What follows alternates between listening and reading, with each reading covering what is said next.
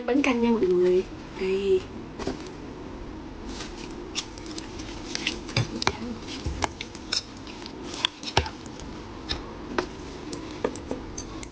Chả cá,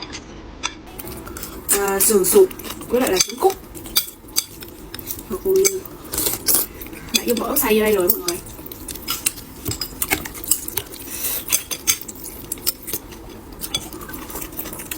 Ngon.